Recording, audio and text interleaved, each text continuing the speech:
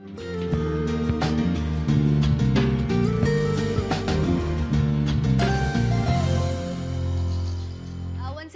Back. سلام پاکستان ناظرین, آپ سب کو ایک بار پھر سے پروگرام میں خوش آمدید کہتے ہیں. اور ابھی پروگرام کے پہلے حصے میں ہم بات کر رہے تھے کہ کام ایسا ہونا چاہیے کہ لوگ جو ہیں وہ آپ کا نام جب لیں تو ان کو خوشی ہو آپ کا نام لیتے ہوئے. شاید زندگی میں بھی گزار رہی ہوں اور مجھ جیسے بہت سارے لوگ ہوں گے جو زندگی گزارتے ہیں اور اس دنیا سے چلے جاتے ہیں, کیونکہ یہ قدرت کا نظام ہے اور ایسا ہی ہونا ہے.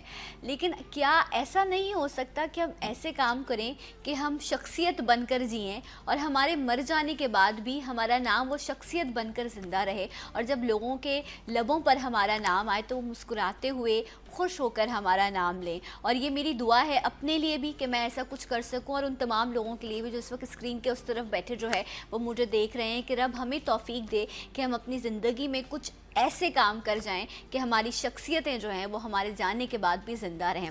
اور الحمدللہ ایسے لوگ موجود ہیں جو ہمارے لیے مثالی ہیں, جو ہمارے لیے سرمایہ کا کردار ادا کرتے ہیں, جنہوں نے اپنی زندگیوں میں اتنا کام کیا, اتنی محنت کی, اور ہمیشہ سے ڈگنیٹی کے ساتھ ان کا موٹو یہی رہا کہ لوگوں کے لیے کچھ کیا جا سکے. وہ خود اکیلے نہیں بلکہ ان کے پورے خاندان جو ہیں وہ لوگوں کی فلاح و بہبود کے لیے, ان کی خوشحالی کے لیے, ان کی آزادی کے لیے, ان کے حقوق کے لیے, ان کو سچائی اور حق کی طرف لانے کے لیے اپنا کردار جو ہے وہ ادا کرتے رہے ہیں.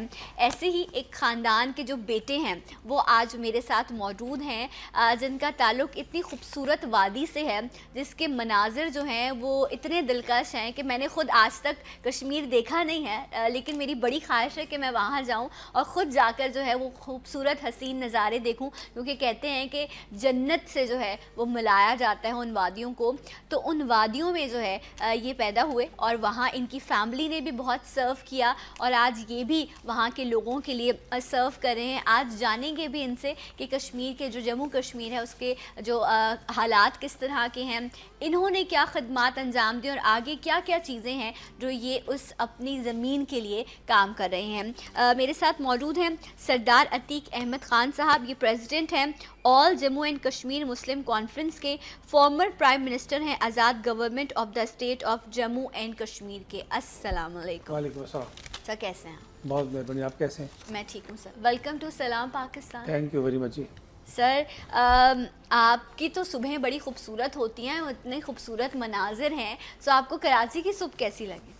دیکھیے, ہم کراچی اور پاکستان کے باقی جتنے علاقے ہیں ہم اسے کشمیر سے ہو کر پاکستان کے نقطہ نظر سے دیکھتے ہیں. کیا بات ہے. اور کشمیری چونکہ ایسے لوگ ہیں کہ جن کو ہمارے لیڈر بھی تھے اور میرے والد محترم بھی تھے سردار عبدالقیوم خان, تو انہوں نے کشمیر بنے گا پاکستان کا جو نعرہ دے کر رہنمائی کی ہے, تو ہم صبح جب اٹھتے ہیں تو پہلے نعرہ لگاتے ہیں. کیا بات. اور آزاد علاقے سے لے کے مقبوضہ علاقے تک لوگ اسی نعرے کا سیاسی ورد کرتے ہیں صبح اٹھ کے. تو اس لیے میں سمجھتا ہوں کہ ہمیں پاکستان کا چپا چپا, پاکستان کا ایک ایک انچ جو ہے وہ دنیا کی ہر کسی بھی ملک سے زیادہ خوبصورت, حسین و جمیل لگتا ہے. رائٹ. تو سر میں جب آپ کا پروفائل پڑھی تھی, اب باغ میں آپ کی جو پیدائش, باغ ہمارا ڈسٹرکٹ ہے, ایک زمانے میں تحصیل ہوا کرتی تھی, اور وہ علاقہ ہے غازی آباد ہمارا گاؤں ہے. صحیح. اور دھیر کوٹ کی تحصیل کے نام سے جانا جاتا ہے. رائٹ. تو سر آج ہم بچپن سے آپ کی باتیں شروع کریں گے, بچپن سے لے کر اب تک کا جو سفر رہا. اچھا, تو باغ جو آپ کہہ رہے ہیں کہ اب ایک جو ہے یہ آپ کا جو ڈسٹرکٹ ہے جہاں پر آپ پیدا ہوئے, تو جس گھرانے میں آپ نے آنکھ کھولی, ماشاءاللہ سے آپ کے فادر جو ہیں وہ تو ایک ماشاءاللہ سے سرونگ پرسنالٹی جنہوں نے بہت سرو کیا, تو پوری فیملی کو آپ نے جو ہے وہ سیاسی جو ہے وہ فیملی پایا.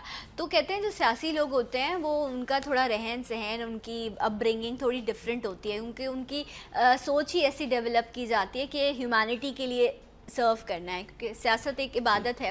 تو بچپن کیسا گزرا, کیا کچھ سیکھتے ہوئے گزرا؟ ایک تو یہ ہے کہ ہمارا جو گھر تھا اور اب بھی ہے وہ ایک بالکل متوسط گھر ہے, ایوریج گھر ہے. اچھا. اور دوسرا یہ ہے کہ والد محترم جو تھے انہوں نے 23 سال کی عمر میں تحریک کا آغاز کیا. رائٹ. اور یہ ایک متوسط گھرانہ ہے, درمیانی درجے کا, جس طرح ایک مذہبی گھرانہ ہوتا ہے, اور اس کا تعلق تحریک کے ساتھ بھی رہا, اس کا تعلق سیاست کے ساتھ بھی رہا, علم و ادب کے ساتھ بھی رہا, اور کاری حکومت اور کاری سیاست کے ساتھ بھی رہا. والد محترم کی آدھی زندگی جیل میں گزری, آدھی اقتدار میں گزری ہے. تو اس طرح رہا, اور خدا کا شکر ہم ادا کرتے ہیں کہ اللہ تعالیٰ نے جو محدود سے اسباب و وسائل ہمیں دیے، جو توفیق دی، سمجھ دی، اس میں سے ہم نے کسی چیز کو آسانی سے ضائع نہیں ہونے دیا، اسے ٹھیک ڈائریکشن میں ہم نے ٹائم پہ یوٹیلائز کیا. رائٹ. تو مطلب اسی حساب سے جو ہے وہ ساری ٹریننگ. سر کتنے بہن بھائی ہیں آپ لوگ؟ ہم تین بھائی تھے. ایک مجھ سے چھوٹے تھے، ان کو ہارٹ فیلئر ہو گیا تھا عروج جوانی میں 26-27 سال کی عمر میں. ایک میرے بڑے بھائی تھے جو 2 سال پہلے جن کا انتقال ہو گیا. تو اس طرح کی صورت ہے. رائٹ. تو آپ لوگ تینوں بھائی اب مطلب اپنے فادر کو ہی فالو کر رہے تھے، آپ لوگوں نے سرو کیا؟ پالیٹکس جو ہے یہ اصل میں آپ ایک انسان کے اندر ایک خاص قسم کا پولیٹیکل ایکیومنٹ جسے کہتے ہیں وہ ہوتا ہے، اور آپ اس کی بنیاد پر چلتے ہیں. صحیح. تو بس اس جیسے کوئی کہتا ہے نا کہ آپ یہ کام کرتے ہوئے پائے گئے، آپ یہ نہیں بتا سکتے کہ کب آپ نے شروع کیا اور کہاں سے شروع کیا. آپ کہہ رہے ہیں سیاستدان پیدا ہوتا ہے، اسی طرح کچھ ہوتا ہے. اس لیے کہ میں اگر کہوں تو I found my self doing so.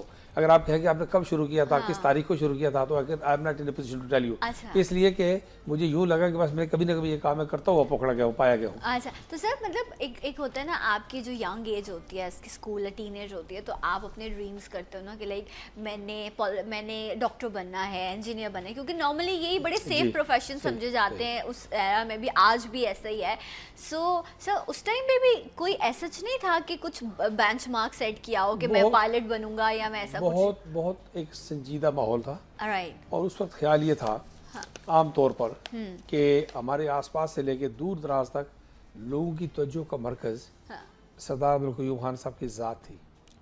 اور جس پولیٹیکل پارٹی کے ساتھ وہ ایفیلیٹڈ تھے، آل جموں و کشمیر مسلم کانفرنس، جو 1932 میں سری نگر میں بنی، ایلڈسٹ پولیٹیکل پارٹی اسٹیٹ کی اور فرسٹ پولیٹیکل پلیٹ فارم ہے، اور جسے قائد اعظم نے اپنی جماعت قرار دیا اور یہ کہا کہ سارے یونائٹڈ انڈیا میں مسلم لیگ بناؤں گا، لیکن کشمیر میں مسلم کانفرنس ہی میری جماعت ہے. تو اس جماعت کی طرف لوگوں کی توجہ تھی. تو انہی نشیب و فراز سے جب آپ گزرتے ہیں تو آپ کی ترجیحات کا بھی فطرت خود بخود، وہ جو علامہ نے کہا، علامہ نے کہا کہ فطرت خود بخود کرتی ہے لالے کی ہنا بندی. تو آپ کو خود کچھ کرنا نہیں پڑتا. تو اس ماحول سے آدمی اتنا انفلوئنسڈ ہوتا ہے کہ جہاں کوئی چیز رہنمائی کے لیے موجود نہ ہو، جہاں کسی خاص قسم کا ماحول نہ ہو، اور آپ کے اندر اس طرح کی سوچ اور فکر موجود نہ ہو، تو وہاں تو یہ بات ٹھیک ہے جی. لیکن جہاں آپ کے پاس تھوڑی سی اٹریکشن موجود ہو، تو ایک رہنمائی کا ذریعہ موجود ہو، تو پھر آپ کو آسانی ہوتی ہے. پھر وہی آپ کا جو ہے وہ ساری سوچ آپ کی ویسے ہو جاتی ہے. سر آپ کے لیے جو آپ کا محور تھا انسپریشن کا، وہ آپ کے فادر کی پرسنالٹی رہی. تو کچھ ایسی چیزیں ہوتی ہیں جو انسان کی نا لائف چینجنگ سچویشنز کریٹ کر دیتی ہیں، کچھ ایسی چیزیں جو آپ اپنی تھرو آؤٹ دا لائف یاد رکھتے ہو. تو کون سی ایسی باتیں آپ کے والد کی ایسی تھیں جو آج بھی آپ کی رہنمائی کرتی ہیں؟ کون سے ایسے خاص پوائنٹ ہیں جو ہمارے دیکھنے والوں کے لیے بہت امپورٹنٹ؟ دیکھیے، ایک تو یہ بات ہے کہ بہت عرصہ پہلے نکسن کی ایک کتاب میں پڑھ رہا تھا، پریزیڈنٹ نکسن کی. تو انہوں نے ڈیگال کے بارے میں لکھا، اور ڈیگال سے بہت متاثر دکھائی دیتے تھے صدر نکسن. تو انہوں نے کہا کہ کسی چھوٹے آدمی کے لیے یہ بات آسان ہے کہ وہ بڑے ملک میں پالیٹکس کرے، لیکن بڑے آدمی کے لیے عذاب ہے کہ چھوٹے ملک میں پالیٹکس کرے. سردار عبدالقیوم خان کی شخصیت کو میں یقین سے کہہ سکتا ہوں، وثوق سے کہہ سکتا ہوں کہ ان کے دنیا سے ابھی 1 سال ہو گیا ان کو دنیا سے رخصت ہوئے. تو وہ میں سمجھتا ہوں کہ آنے والے 30 40 50 سال تک بھی لوگ آہستہ آہستہ تحقیق کرتے رہے. ابھی تحقیق شروع ہو گئی، اسٹوڈنٹس نے PhD کے مقالات تیار کرنے شروع کر دیے. تو ان کی شخصیت اتنی ہماگیر تھی. ایک تو دیکھیے سیلف میڈ آدمی ہو، ایک یہ ہے کہ وہ سیلف ٹاٹ آدمی ہو. سمپل میٹرک پاس آدمی تھے، سمپل میٹرک پاس، لیکن اردو، انگریزی، فارسی، عربی، اٹالین، بنگالی اور ہندی، سنسکرت، 7 زبانوں پہ ان کو دسترس حاصل رہی. اور زبانیں بھی ایسی نہیں، زبانیں ایسی کہ کبھی آپ نیٹ پہ ویڈیو شیئر کریں تو آکسفورڈ یونیورسٹی میں لیکچر دیتے ہوئے انہوں نے کہا کہ جب لوگ انگریزی غلط بولتے ہیں تو مجھے تکلیف ہوتی ہے. اور ایک انگریز پروفیسر کنڈکٹ کر رہی تھی اسٹیج. انہوں نے کہا جب لوگ، وہ بیچاری پریشان ہو گئی، تو انہوں نے کہا میڈم میں نے آپ سے نہیں کہا، لیکن پاکستان میں ہو یا انگلینڈ میں ہو، آپ انگریزی کا کئی جنازہ نکالتے ہیں، مجھے بڑی تکلیف ہوتی ہے. اس طرح. اور جو ساری دنیا کے جتنے میجر تھنک ٹینکس ہیں، ان تمام کے تمام کو انہوں نے ایڈریس کیا ہے 1 سے زائد مرتبہ. اس طرح کی صورتحال ہے. تو ایسا شخص، اتنا ہماگیر آدمی جو زمین پہ سوتا ہو، جو سمپل لیونگ رہتا ہو، جس نے ساری زندگی اپنی سلوار قمیض اور اپنی آئیڈینٹی پہ کمپرومائز نہ کیا ہو، جو پریکٹسنگ اسلامسٹ ہو، جو صوفیزم پہ یقین رکھتا ہو اور مسٹک کو خود ایک صوفی ہو، اور ایک ذمہ دار وہ کیسا ذمہ داروں کے ساتھ ذمہ داری ہو, گھر میں ایک اچھا انسان ہو, ایک ایسا مجاہد ہو جو 23 سال کی عمر میں تحریک چلائے اور آزاد کشمیر, اور پھر آگے کچھ عرصے بعد کرنل مرزا حسن خان نے وہ تحریک سنبھالی, گلگت بلتستان کے علاقے آزاد ہو جائیں, پھر اس کے بعد ایک نظریہ دے کشمیر بنے گا پاکستان کا, اور مرتے وقت تک 2-3 نسلوں کو منتقل کر کے چلا جائے اور اس پر قائم رہے. دنیا کے بڑی بڑی لوگوں نے, بڑی بڑی جماعتوں نے, بڑی بڑی تحریکوں نے راستے تبدیل کیے ہیں. کانگریس آپ کے سامنے ہے, پیپلز پارٹی آپ کے سامنے ہے, مسلم لیگ آپ کے سامنے ہے. میں کمپیریزن نہیں کر رہا, واقعات آپ کو بتا رہا ہوں کہ بھٹو صاحب جو ہے وہ کامن ویلتھ سے نکلے اور madam Benazir Bhutto common wealth میں واپس چلی گئی. تو مطلب یہ اس طرح کی بات ہو, لیکن جو آئیڈیالوجی کشمیر بنے گا پاکستان کی, اور جو قرارداد علاقے پاکستان بننے سے پہلے پاکستان کو کے ساتھ وابستگی اور اس مشن کو, اور اپنی جو ریلیجیس آئیڈینٹی ہے وہ جس طرح انہوں نے شو کی, وہ ایک اسٹرانگ پرسنالٹی کو جی, یعنی ایک اتنی ہماگیر شخصیت ہے. آپ نے کہا کہ کون سی بات ان کی, مثلا میں ایک بات آپ کو بتاؤں کہ کبھی میں نے ان کو 1 منٹ کی تاخیر کے لیے معذرت کرتے ہوئے نہیں دیکھا. میں ساری زندگی ان کے ساتھ رہا. مطلب اتنے وقت کی پابند. میں آپ کو بالکل میں ریکارڈ پہ کیمرے کے سامنے بتا رہا ہوں کہ میرے علم میں 1 مرتبہ بھی ایسا نہیں ہے انہوں نے کہا کہ ساری جی میں ذرا لیٹ ہو گیا, آپ نے 1 منٹ لیٹ ہو گیا, 2 منٹ, ساری زندگی. کوئی بدترین مخالف ان کا جو ان کو ووٹ نہیں دے گا, حمایت نہیں کرے گا, شدید مخالفت کرے گا, لیکن آپ کیمرے کے سامنے اس کو بٹھا کے پوچھیں کیسے آدمی, کہہ رہے تھے بہت عظیم انسان ہے. یعنی اتنا, ابھی جب وہ فوت ہوئے ہیں تو تمام مسالک اور مکاتب فکر نے, مذہبی سیاسی تمام نے ایک ہی طرح دکھ کا اظہار کیا. ان کی تحریک کے نتیجے میں آزاد کشمیر سے جن ہندوؤں اور سکھوں کو گھر چھوڑ کے, جائیداد چھوڑ کے یہاں سے نکلنا پڑا, مہاجر ہونا پڑا آزاد کشمیر سے, انہوں نے بھی 7 دن تک جموں میں ان کا سوگ منایا ہے. یہ کیا مان سکتے ہیں یہ بات؟ کیا بات ہے یہ دیکھیں وہی بات نا جو ہم کر رہے تھے کہ آپ مرنے کے بعد بھی آپ کی شخصیت اتنی اسٹرانگ ہو کہ لوگ اس کو, اس ایرا کو یاد کریں جو آپ گزار کے گئے. آپ ایک اور پہلو دیکھیے کہ پاکستانی فوج جب سے 70-75 سال جب سے بنی ہے, 47 آنورڈ, پاکستانی فوج نے صرف ایک شخص کو کی میت کو فوجی اعزاز کے ساتھ دفنایا ہے سیاستدانوں میں سے, اس کا نام مجاہد اول سردار محمد عبدالقیوم خان ہے. ان 70 سالوں میں کوئی ٹریڈیشن نہیں ہے. جتنے بڑے بڑے لوگ دنیا سے گئے وہ کسی آفس میں ہوں گے, کوئی پولیٹیکل آفس کی وجہ سے, آفیشیل کیپیسٹی کی وجہ سے. ایک آدمی 20 سال سے ریٹائرڈ لائف گزار رہا تھا, لیکن جنرل راحیل شریف نے خصوصی ہدایت جاری کی, اور یہ جو موجودہ کمانڈر چیف ہے general Qamar Bajwa, 10 corps commander تھے, خود جنازے میں آئے, سارے انتظامات انہوں نے کروائے. اور مجھے کیا کروائے, انہوں نے کہا کہ ریس کورس سے تبدیل کرنے جگہ اسلام آباد کھلی جگہ پہ اگر کریں تو ہم سارے وہاں شریک ہونا چاہتے ہیں. تو میں یہ کہہ رہا ہوں کہ یہ جو ہے, اور پھر ایک اور بات یہ کہ ان کا جو ذاتی کریکٹر تھا, ان کا جو نظریہ اور عقیدہ تھا وہ اپنی جگہ ہے. نظریاتی اختلاف کی وجہ کے علاوہ انہوں نے کبھی کسی کے ساتھ شخصی اختلاف ایسا نہیں کیا کہ وہاں غیر شائستگی کا ماحول پیدا ہوا. کیونکہ وہ اپنے آپ میں جب ایک انسان مضبوط ہوتا ہے نا, اس کو پتا ہوتا ہے کہ میں جس جہاد پہ نکلا ہوں وہ ٹھیک ہے. تو اور یہ بڑے لوگوں کی بات ہوتی ہے کہ وہ مخالفت کم کرتے ہیں, وہ کام زیادہ کرتے ہیں. اور پھر جو کام انہوں نے کیا, انہوں نے 23 سال کی عمر میں ایک ملک آزاد کرانے کی تحریک چلائی. اور یہ میں نہیں کہتا, کوئی پاکستان کا ٹی وی یا ریڈیو اخبار نہیں کہتا, یہ اس آدمی نے کہا ہے جس کی بیٹی بعد میں امریکہ کی وزیر خارجہ بن گئی. میڈلین البرائٹ کے والد جوزف کاربل نے اپنی کتاب ڈینجر ان کشمیر میں لکھا ہے, کتاب کا نام ہے ڈینجر ان کشمیر, اس میں لکھا ہے کہ 23 سالہ ایک ذمہ دار نوجوان نے 23 اگست 1947 کو نیلا پٹ سے ایک پروگرام تحریک کا آغاز کیا, اصلی تحریک. تو سر یہ جو آپ کی فادر کی پرسنالٹی ہے, یہ آپ کے اندر رچی اور بسی ہوئی ہے ماشاءاللہ. دیکھیے اس طرح ہے یہ میں آپ کو دلچسپ بات بتاؤں. اس طرح ہے کہ یہ کپ آپ کے سامنے رکھا ہے نا, تو آپ نے یہ بہت اچھی چائے بن کے آئی ہوگی, بہت ذائقے کے اعتبار سے, کوالٹی کے اعتبار سے, آپ کی پسند کی وجہ سے بہت اعلیٰ چائے ہوگی. لیکن اگر آپ یہ کہیں کہ آپ نے پوری چینک یا پورا تھرمس اس میں سمو دیا ہے تو یہ مشکل بات ہے, اس لیے کہ اس کی کیپیسٹی صرف 1 کپ سمونے کی ہے. باقی جس برتن سے آپ نے ڈالی ہے اس میں بھی 20 کپ اور پڑے ہوں گے. تو یہ جو ہے وہ اتنے بڑے آدمی کی شخصیت کو آپ پوری طرح سمو نہیں سکتے.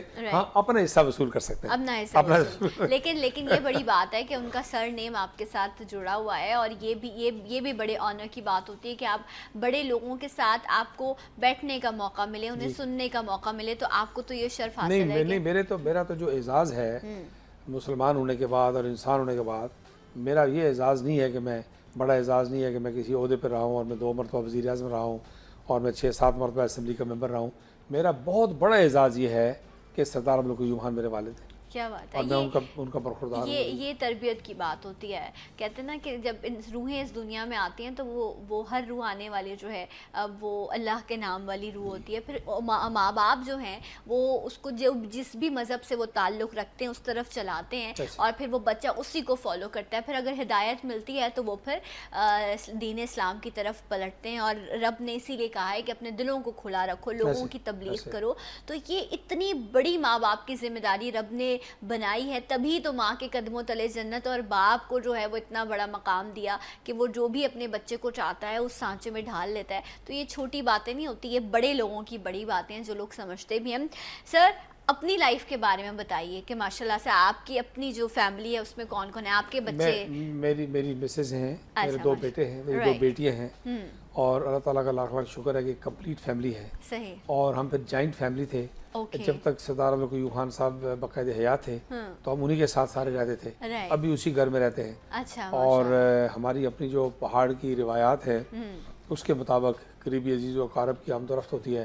اور ہمارا گھر جو ہے وہ جس کو آپ عرف عام میں فیصل آباد کا گھنٹہ گھر کہتے ہیں, جہاں کہیں آنے جانے کے لیے کسی اپائنٹمنٹ کی ضرورت نہیں ہوتی, کہیں پوچھ سنبھالنے کی ضرورت نہیں ہوتی. کسی کو گزرتے ہوئے خیال آیا, گاڑی کھڑی دیکھی, اس نے کہا جی پتہ کر لیں, بیٹھے ملیں. یہ جو ایکسیسیبلٹی ہے یہ بھی سردار عبدالقیوم ایوب خان صاحب نے متعارف کروائی. جو سیاسی رواداری ہے, مذہبی رواداری ہمارے یہاں متعارف کروائی حضرت شاہ ہمدان نے 700 سال پہلے, اور اس کی وجہ سے کشمیر میں 700 سال سے کوئی مذہبی, علاقائی, گروہی, لسانی, قبیلائی تصادم نہیں ہوا. 700 سال سے کشمیر میں لوگ تمام مذہب, دین, دھرم کے ماننے والے اکٹھے اٹھتے بیٹھتے ہیں کشمیر کے اندر 700 سال سے. موجودہ تحریک میں جو باتیں ان کو ایک طرف رکھیں آپ, لیکن مجموعی طور پر 700 سال سے تمام لوگ یکجا ہیں ریاست کے لوگ. وہ جو ماحول سیاست میں پیدا ہوا وہ 1970 میں سردار عبدالقیوم ایوب خان صاحب جب پاکستان میں ذوالفقار علی بھٹو مرحوم اور بنگلہ دیش میں شیخ مجیب الرحمان الیکٹ ہوئے, تو آزاد کشمیر میں سردار عبدالقیوم ایوب خان بھاری اکثریت سے الیکٹ ہوئے. صدارتی نظام میں حکومت تھا اور پاکستان کی تاریخ کا شفاف ترین الیکشن تھا جو جنرل یحییٰ خان نے کروایا تھا. تو اس میں انہوں نے الیکٹ ہونے کے بعد فوراً اپنے جو اپوننٹس تھے 2, سردار محمد ابراہیم خان صاحب غازی ملت, ایک بڑے عظیم لیڈر تھے ہمارے, اور کے ایچ خورشید صاحب, خورشید الحسن خورشید ایک اور بڑے عظیم لیڈر تھے کشمیر کے, ان کے پاس چلے گئے اور ان کو کہا کہ ہم سب مل کے کام کریں. اور 6 مہینے کے اندر اندر سردار محمد ابراہیم خان صاحب کو اپنی پارٹی کا صدر بنا دیا. یہ صدارت چھوڑ دی ان کے پاس تھی اور ان کو صدر بنا دی. تو یہ سیاسی رواداری کی وجہ سے اور ایکسیسیبلٹی کی وجہ سے پھر ہمارا جو گھر ہے, ہماری جو فیملی ہے, وہ ساری کسی ایک اوپن پلیٹ فارم ہے لوگوں کے لیے کہ آپ آئیے, اپنے مسائل بھی ڈسکس کیجئے اور ملاقات بھی کیجئے. ایک بریک ہمیں لینا ہے, بریک کے بعد انشاءاللہ آپ کو پھر جوائن کریں گے. سلام پاکستان.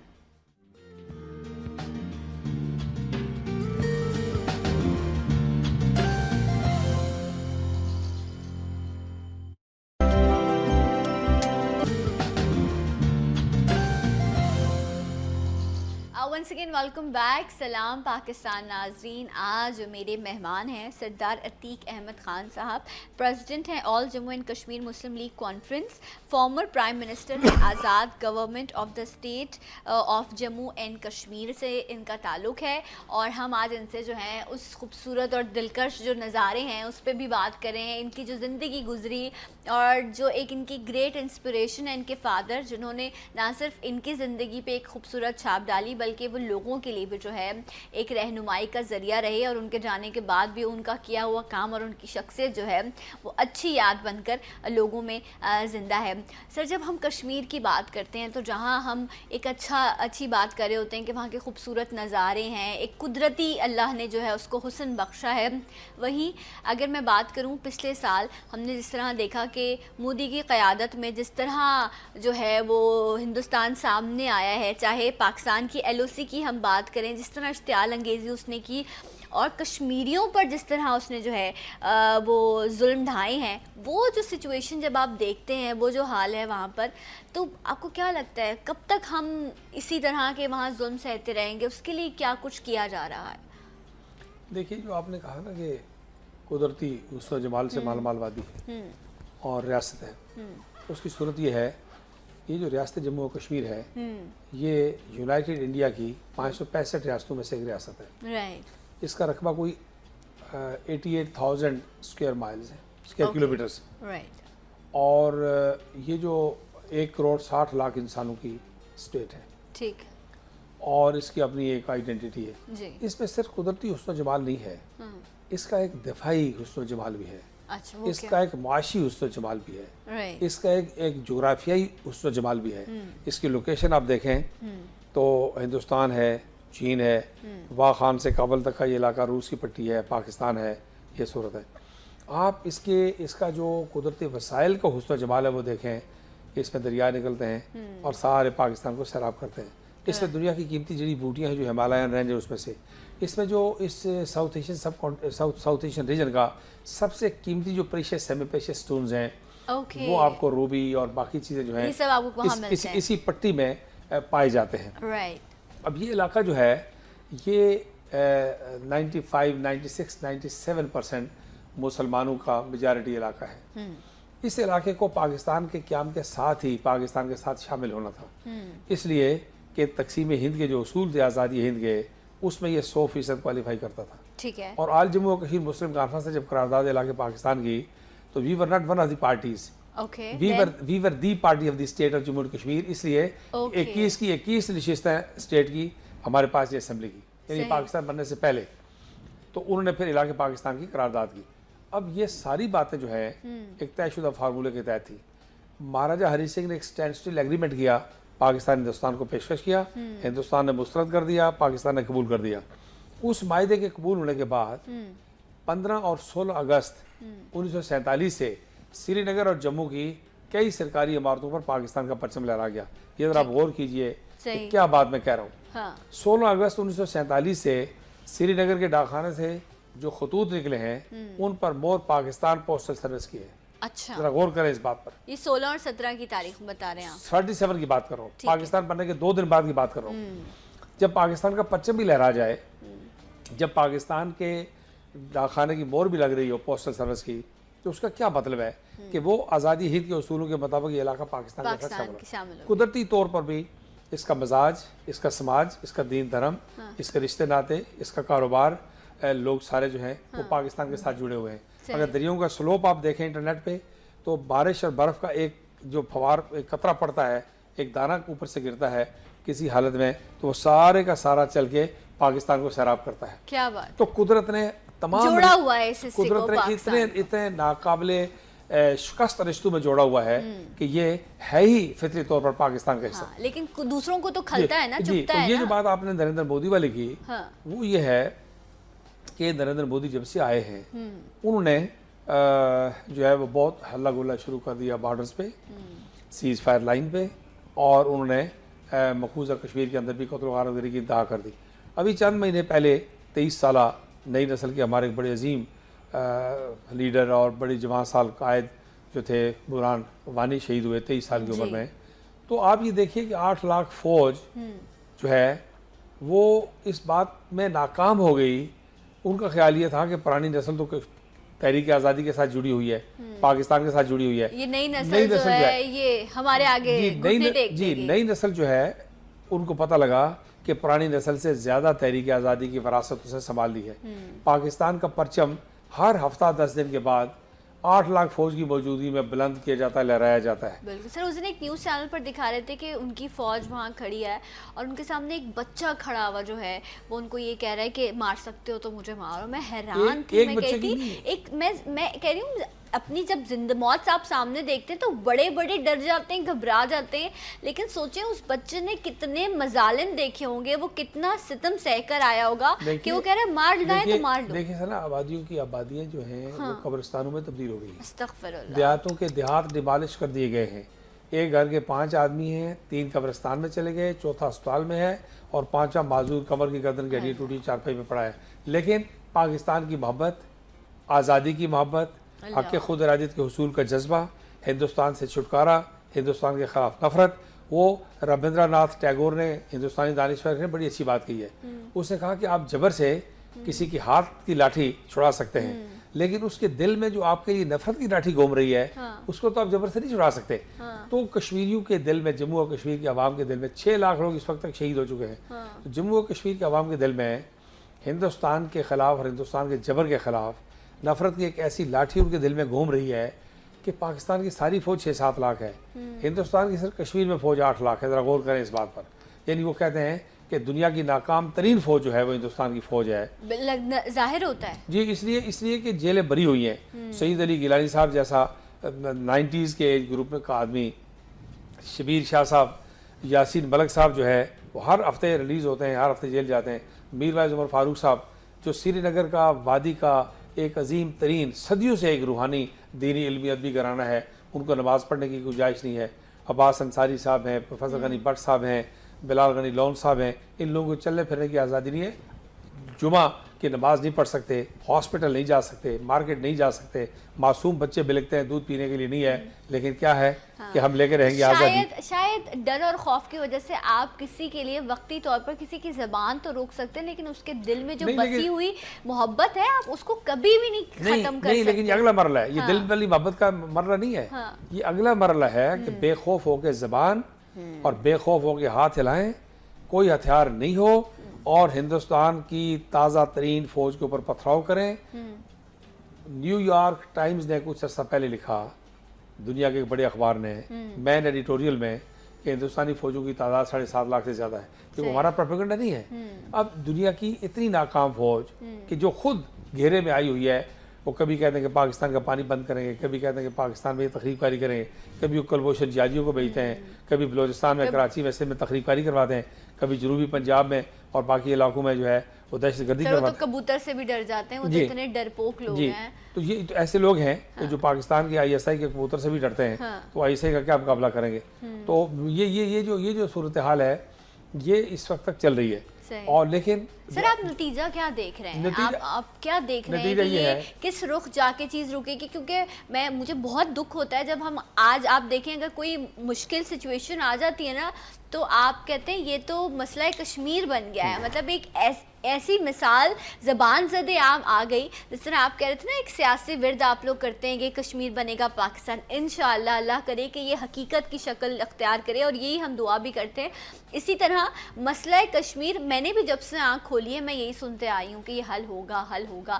کیسے ہوگا؟ جبر سے ہوگا, لڑکے ہوگا, جنگ سے ہوگا, ڈائیلاگ سے ہوگا. اب تک اتنی زندگی شاید گزار دی, لیکن دیکھیے یہ بات سمجھنے کو مشکل نہیں ہے. ہاں, وہ مشکل بات نہیں ہے. یہ بات سمجھتے ہوئے لوگوں کو دیکھنا چاہیے کہ جب وسط ایشیائی ریاستوں پر سوویت یونین کا قبضہ تھا تو دنیا کا کوئی شخص یہ بات سوچ بھی نہیں سکتا تھا ان کو کبھی آزادی ملے گی. جب انگریز ہندوستان کے اوپر حکمرانی کرتا تھا تو اس وقت کوئی دنیا کا آدمی سوچ نہیں سکتا تھا. جب برطانیہ کی امریکی خطے پر حکومت تھی تو کبھی اس بات کا تصور نہیں ہو سکتا تھا. اسکاٹش کچھ عرصہ پہلے سوچ نہیں سکتے تھے, اور ابھی روز ریفرنڈم کی تیاری کر رہے ہیں. فرانس کی جو فرینچ کالونیز ہے دنیا میں, کوئی چند سال پہلے الجزائر اور تیونس اور باقی ملکوں کے بارے میں سوچ نہیں سکتا تھا, لیکن فرانس کو پیچھے ہٹنا پڑا, برطانیہ کو پیچھے ہٹنا پڑا. امریکنز کو کوئی نہیں سوچ سکتا تھا کہ کیوبا سروائیو کرے گا اور امریکی صدر وہاں جا کے دورہ کرے گا. کوئی نہیں سوچ سکتا تھا کہ مکاؤ کا کیا ہوگا, چین اور تائیوان کے اس تنازع کا. کوئی نہیں سوچ سکتا تھا کہ برطانیہ اور آئرلینڈ جو ہے ان کے درمیان 300 سال کے بعد ایک میز پر آ کے بیٹھیں گے. 300 سال لگے. تو قومی زندگی میں کون سوچ سکتا تھا کہ 200 سال کی تحریک چلنے کے بعد پاکستان 14 اگست 1947 کو بنے گا, آزاد ہو جائے گا. تو اس لیے اگر دنیا کی تمام قومیں اپنی زندگی میں طویل اسٹرگل کے بعد, کچھ کم وقفے کے بعد بھی, وقت میں بھی, لیکن کچھ کو زیادہ وقت لینا پڑا, اصل بات یہ نہیں ہے. اصل بات یہ ہے کہ کیا جموں اور کشمیر کی عوام تھک گئے, ہار گئے, کیا ہندوستان کی بالادستی کو انہوں نے قبول کر لیا؟ اس کا جواب نہیں ملے گا. سر میں ایک چیز آپ سے میں اپنے علم کے لیے میں یہ جاننا چاہوں گی. سر دیکھیں اب جو ہے ہر ملک, ہم پوری دنیا کی جب بات کرتے ہیں کہ ہم کہتے ہیں اتنے ایڈوانس ہم ہو گئے ہیں کہ ایک کلک پہ دنیا ہمارے سامنے کھل جاتی ہے. ٹھیک ہے, فلاحی ادارے, انسانیت کی فلاح کے لیے کام کرنے والے پاکستان میں نہیں دنیا بھر میں اس طرح کے ادارے موجود ہیں جو حقوق کی بات کرتے ہیں, جو یہ کہتے ہیں کہ اگر تم نے بغیر ضرورت اگر تم نے پودا بھی کاٹ دیا, ایک درخت بھی کاٹ دیا, تو بھی تم اس پہ بھی تم گناہ گار ہو. جب ہم تحفظ کی بات کرتے ہیں, جب حق کی بات کرتے ہیں, تو وہاں تو لاکھوں آپ نے کہا جانے قربان کر دی گئی, لوگوں کو مار دیا گیا, وہ تو حق کے لیے ڈٹے ہوئے ہیں, لیکن باقی جو لوگ ہیں ان کا بھی تو کوئی کردار بنتا ہے نا. دو باتیں ایسے ہیں کہ کشمیری جو ہیں, جموں و کشمیر کے لوگ, وہ پاکستان کے ساتھ وابستہ ہیں اور اس پاکستان کی مملکت کے ساتھ وابستہ ہے, اس تصور کے ساتھ.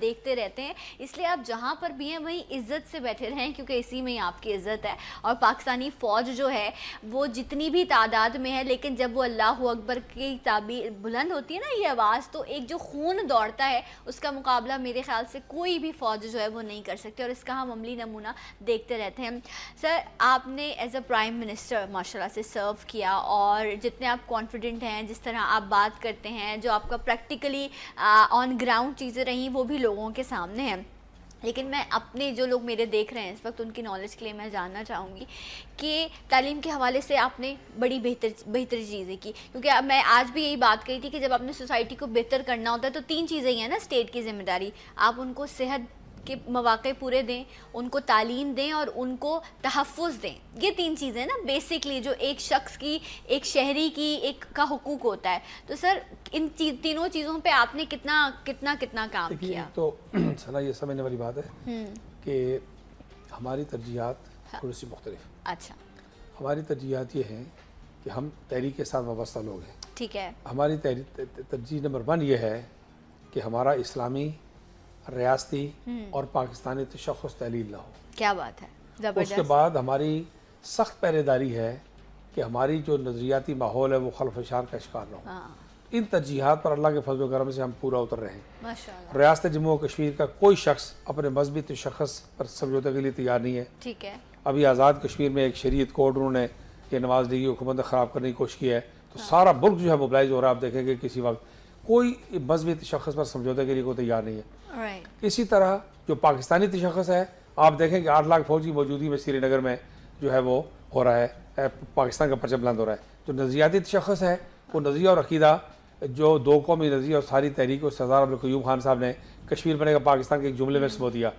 کشمیر سے کراچی تک ایک ہی نعرہ لگ رہا ہے مجاہد اول کا دیا ہوا, کشمیر بنے گا پاکستان, کشمیر بنے گا پاکستان, کشمیر بنے گا پاکستان. ٹھیک ہے. اچھا, یہ جو ماحول ہے یہ ہم درجہ بدرجہ اس پر تو پوری پہرےداری کر رہے ہیں. صحیح. تو اس کے بعد ہماری جو سچویشن اندر کی وہ یہ ہے کہ زلزلے کے بعد ساری دنیا کی NGOز ہمارے پاس آ کے انہوں نے کام کیا. کوئی قابل اعتراض واقعہ آپ کو آزاد کشمیر کا نہیں مل سکتا. کوئی قابل اعتراض واقعہ جو رپورٹ ہو, پروپیگنڈے کی اور بات ہے, لیکن کوئی مس ہے, بڑا مس ہے نہیں ہوا.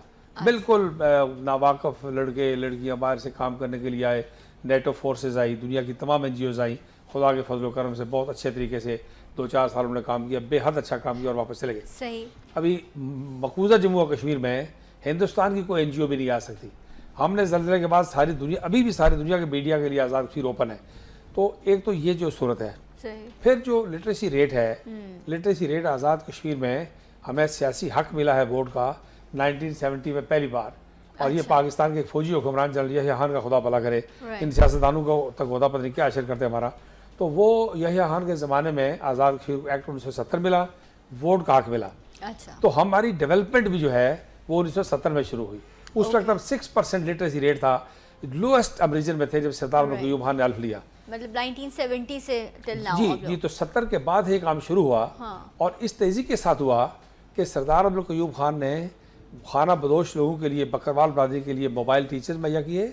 اور جب آزاد کشمیر میں 4تھی اور 5ویں پاس بچے اور بچے بھی نہیں رہے بھرتی کرنے کے لیے, تو پنجاب سے اساتذہ منگوائے آزاد کشمیر میں ٹیچر. تعلیم کا سلسلہ چلتا ہے. آج آپ انجینئرز منگواتے ہیں, ڈاکٹرز منگواتے ہیں. انہوں نے پرائمری اور جونیئر ٹیچر پنجاب سے منگوائے اور آزاد کشمیر کے لوگوں کو تعلیم دینا شروع کی. اس کی وجہ سے آزاد کشمیر کا لٹریسی ریٹ, آزاد کشمیر کی حاضری, آزاد کشمیر کی اٹینڈنس اور میل فیمیل دونوں کا تناسب ریشو جو ہے اللہ تعالیٰ کے فضل و کرم سے بہت فرسٹ کلاس ہے. یہ سب سے اچھی بات ہے کہ جینڈر ڈسکریمنیشن نہ کیا جائے, چاہے لڑکا ہو یا لڑکی ہو, دونوں کو حق دیا جائے کہ وہ پڑھیں, کیونکہ دونوں کے لیے باشعور ہونا بہت ضروری ہے. اگر ایک عورت, ایک شخص ہے, ایک فرد, آپ لڑکی کو پڑھاتے ہیں تو ایک فرد کو پڑھاتے ہیں, ایک آپ لڑکی کو پڑھاتے ہیں تو آپ ایک خاندان کو پڑھا رہے ہوتے ہیں, کیونکہ اس میں آگے اپبرنگنگ کریں. جینڈر کا بھی خیال رکھا گیا.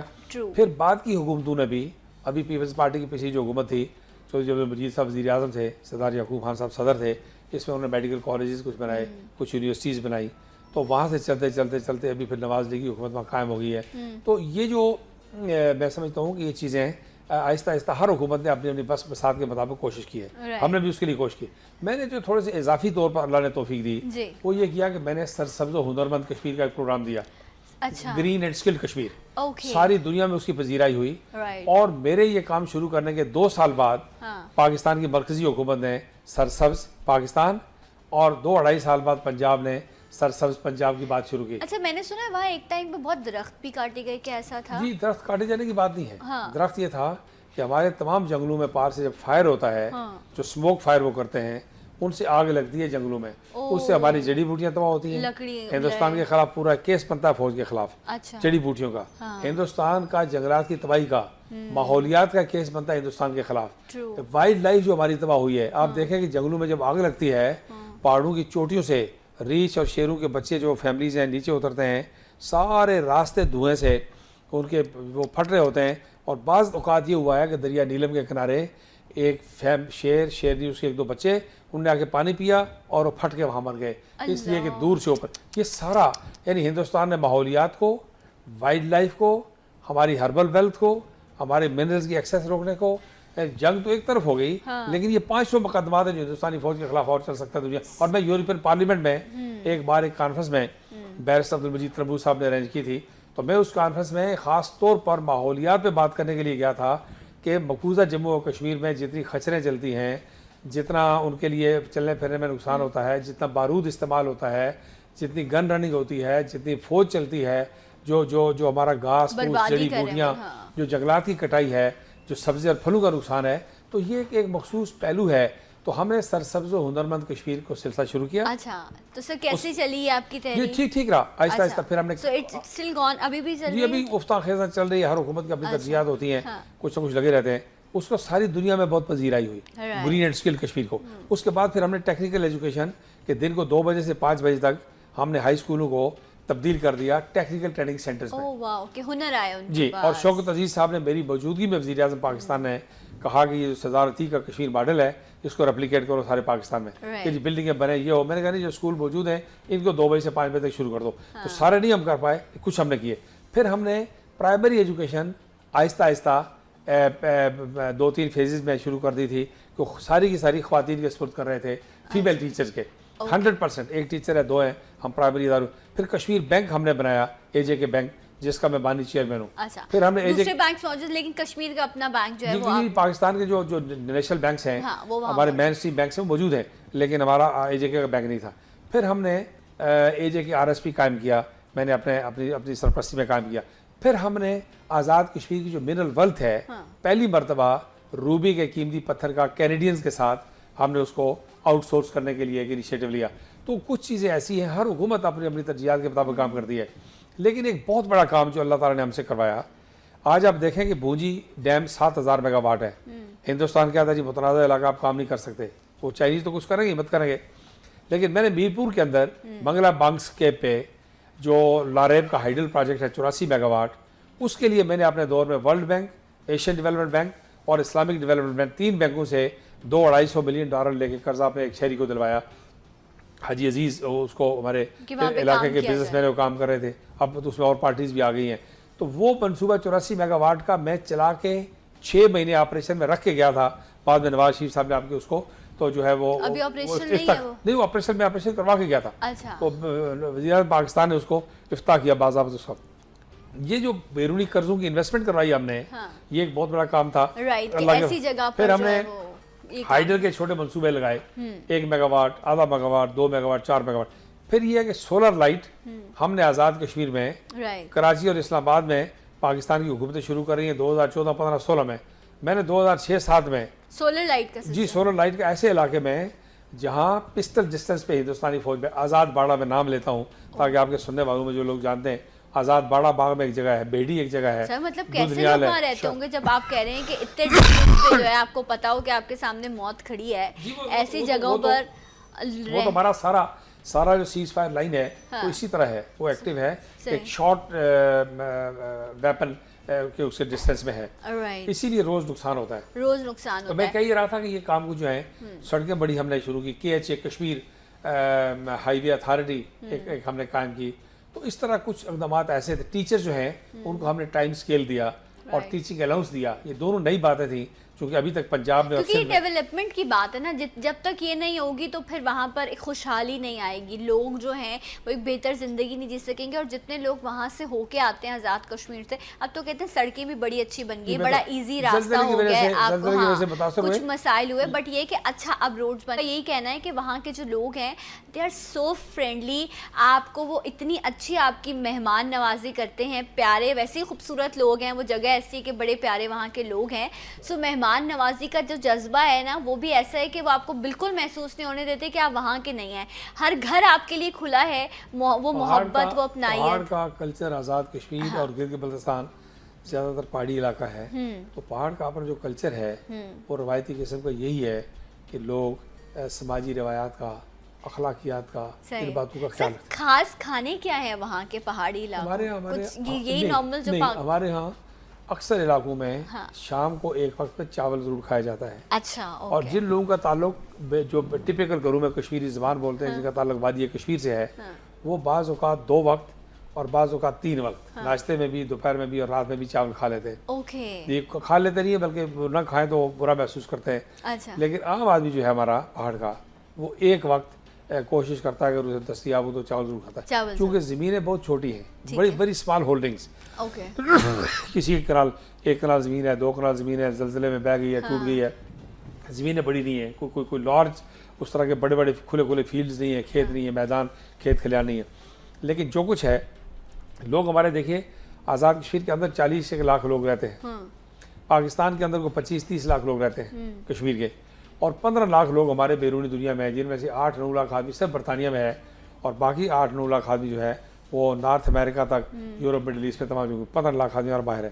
80 لاکھ سے زیادہ لوگ ہمارے جو ہے وہ مقبوضہ جموں و کشمیر میں، 10 لاکھ سے زیادہ لوگ ہمارے جو ہے گلگت بلتستان میں ہیں. تو یہ جو صورت ہے سارا کشمیر، یہ کوئی 1 کروڑ 60 لاکھ سے اوپر کی آبادی ہے، جو کشمیریوں کی آبادی، جو ریاست جموں و کشمیر کے عوام کی آبادی ہے. اس میں ہندو مسلمان تمام لوگ صدیوں سے اکٹھے رہ رہے ہیں، کوئی تصادم نہیں ہے. آپ کسی مذہبی درگاہ پر جائیں، وہاں اگر 100 مسلمان بیٹھے تو 50 ہندو بھی بیٹھے ہوئے دکھائی دیں گے. آپ ہندو کے کسی مقدس مقام پہ جائیں، وہاں 50 ہندو بیٹھے ہیں تو 25 مسلمان بھی بیٹھے ہوئے دکھائی دیں گے. تو بڑی مذہبی یکجہتی، سیاسی رواداری، بھائی چارہ. تو سر ہم جس طرح وہاں کلچر کی بات کر رہے ہیں، آپ نے کہا کہ وہاں پر آپ کو ہر طرح سے جو ہے وہ چاہے ہربس کی بات کی جائے، آپ نے کہا کہ precious stone, Ruby very expensive stone, وہ آپ کو وہاں موجود ہے. پھر ہر علاقے کا، ہر خطے کا اپنا ایک، ہم کہتے ہیں آپ سندھ سے ہی نکلیں تو راستے میں ہی آپ کو ہر علاقے کا اپنا کچھ رنگ ڈھنگ نظر آئے گا، ان کے ٹیسٹ ڈفرینٹ ہوتے ہیں، کھانے الگ ہیں. تو میں آپ سے یہی جاننی تھی، آپ نے کہا چاول بہت شوق سے وہاں پر جو ہے، اس کے علاوہ کوئی ایسی اور ڈشز کھانا، کوئی آپ کا فیوریٹ کیا ہے؟ جب آپ لوگوں کی دعوتیں ہوتی ہیں تو اسی طرح کے جو ہمارے یہاں بریانی، قورمے، یہی ساری چیزیں وہاں کی بھی ہیں، یا سادہ کھانا؟ تہذیب و تمدن جو ہے وہ سارا ہمارا ایک ہی ہے، ایک جیسا ہی ہے. علاقائی روایات کچھ موجود ہیں، علاقائی کھانے پینے موجود ہیں، علاقائی سبزیات موجود ہیں، علاقائی پھل فروٹ موجود ہیں. ایک ہی پھل فروٹ آپ کے ہاں ہے تو اس کا لو الٹیٹیوڈ پہ ذائقہ اور ہے، دوسری جگہ برفانی علاقے میں تو اس کا ذائقہ اور ہے. تو یہ اس طرح کا فرق تو موجود ہے. لیکن بائی اینڈ لارج ہماری ساری ڈشز، سوائے اس کے کہ جو کشمیر کی وادی ہے، کشمیر کی ویلی ہے، اس میں اب تو ساری وادی تحریک کے اندر بچہ مرد و زن تحریک کے ساتھ وابستہ ہیں. لیکن ان کا جو خاص طور پر جو کشمیری اسپیکنگ کمیونٹی ہے ویلی کی، ان کا جو اس کا ٹیسٹ ہے وہ بطور خاص کھانے کے معاملے میں بہت رچ ہے. جس طرح لیبنیز ڈشز ہیں، سیرین ڈشز ہیں، کچھ جارڈینین ڈشز ہیں، اسی طرح کشمیر میں مٹن کی، میٹ کی، سبزی کی، پنیر کی بہت ورائٹی وہ کرتے ہیں جب کبھی آرام کا پیس ٹائم ہو. اور یہ علاقہ چونکہ سری نگر جو ہے یہ صدیوں پرانی تہذیب ہے، صدیوں پرانی تہذیب ہے. یعنی یہ جب تحریک سے پہلے کئی بلین ڈالر کی ٹورسٹ انڈسٹری تھی جب تحریک نہیں تھی. اور سر اب کیا حال ہے ٹورزم کا؟ نہیں، اب تو پھر ٹورزم کا کیا ہونا ہے، اب تو یہ ہے کہ 8 لاکھ فوج ٹورزم تو نہیں ہونے دیتی. اب تو انسانی حقوق کی بدترین پامالی ہے. آزاد کشمیر کی میں بات کری تھی. نہیں، آزاد کشمیر میں تو، آزاد کشمیر میں دیکھیں نا جو ہمارے اچھے خوبصورت علاقے ہیں وہ ہیں بارڈر لائن کے قریب. اور ان پر ہر وقت ہندوستان کی طرف سے خطرہ رہتا ہے، تو لوگ جا ہی نہیں پاتے، تو اس طرح لوگ نہیں جا سکتے، لیکن پابندی کوئی نہیں ہے اللہ کے فضل سے، سیکیورٹی مہیا کی جاتی ہے، غیر ملکیوں جو باہر سے ڈیلیگیشنز آتے ہیں اس لیے کہ خطرے کی بات معلوم ہوتی ہے، راستوں کی بات معلوم ہوتی ہے، زلزلے کے بعد موسم کی خرابی کی وجہ سے سڑکوں میں ٹوٹ پھوٹ ہو گئی ہے، لیکن سر اگر جو لوگ دیکھ رہے ہیں اگر وہ آنا چاہتے ہیں آزاد کشمیر وزٹ کرنا چاہتے ہیں، سر کون سا ٹائم کون سے مہینے اچھے ہوتے ہیں جہاں پر موسم کے اعتبار سے یا ویسے وہاں وزٹ کیا جا سکتا ہے؟ فروری تک تھوڑا سا بعض علاقوں میں سردی کا دباؤ رہے گا، ٹھیک ہے، لیکن یہ جو نارتھ کے علاقے ہیں، وادی نیلم ہے، وادی لیپا ہے، وادی جیلم ہے، راولہ کوٹ ہے، بنجوسا ہے، سودن گلی ہے، نیلا بٹ ہے، ویسے اس سے لے کے تو آپ ادھر جنڈی چوترے تک، بمبر تک، برنالے تک، فیبرری کے بعد جو ہے وہ آپ جا سکتے ہیں اور جا کے آپ آزاد کشمیر کی جو وادیاں ہیں آپ ان کا مزہ لے سکتے ہیں۔ بڑی تعداد میں آپ کے کراچی سے سیزن میں لوگ جو ہے کوچز کی کوچز جاتی ہیں۔ ٹھیک ہے سر، بہت بہت شکریہ آپ کے آنے کا، بہت ساری گفتگو آج آپ سے ہم نے کی، لیکن وقت پر ہمیں وقت کی کمی بہت زیادہ ہو جاتی ہے، so once again thank you so much, اور اسی طرح اچھا اچھا کام کرتے رہیے اور لوگوں کے لیے سرو کرتے رہیے، آپ لوگوں کے لیے بھی ڈھیروں دعائیں، خوش رہیے، مسکراتے رہیے، انشاءاللہ کل ہوگی آپ سے ملاقات، اللہ حافظ، سلام پاکستان، پاکستان زندہ باد۔